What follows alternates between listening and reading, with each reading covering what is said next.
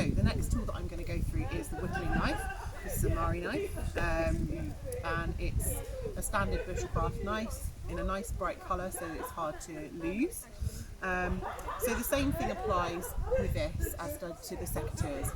You have to make sure that you've got permission to be able to cut down anything on the land, and also to hold a knife. There are some really specific knife laws in the UK which are really, really stringent. So again, holding or taking a knife like this anywhere, it needs to have a sheath that can be safely put away.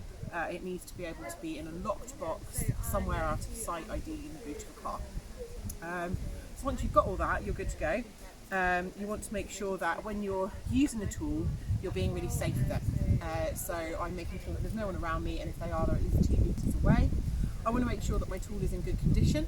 So I'm checking the blade, I'm making sure that it's actually nice and sharp, because a blunt knife can be more dangerous than a really sharp knife.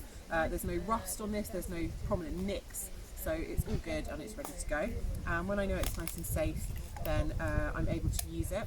The kind of thing that you would use to cut with this is for whittling.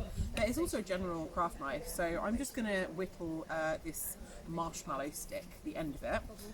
When I'm using the tool, I'm holding it with my whole hand, and I'm making sure that I'm always moving away from me, nowhere near my thigh and nowhere near anyone else. So I'm actually going to sit to the side here, and I'm going to just whittle really, really carefully away from me to create a sharp point,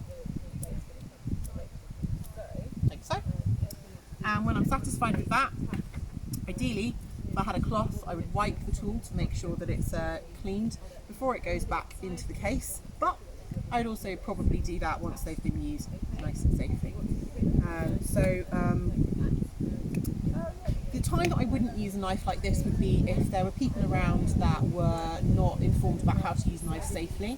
Obviously, before anybody is given permission to use a knife, you would have gone through a full safety run through about what to do, which includes talking about blood bubble. I would make sure I have a first aid kit on hand, especially for things like cuts and nicks.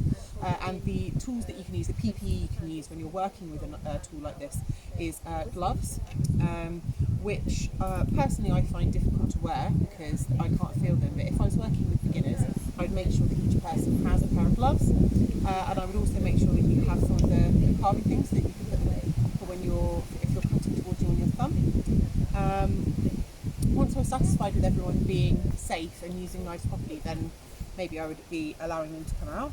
And I would always supervise knives and make sure that they are being used at a safe ratio of adults to children, if that's who I was working with. So the kind of wood you can use this with is actually really varied, but it works really, really well with green wood, but I've also used it with other types of wood as well. So yeah, that's the use of a whittling.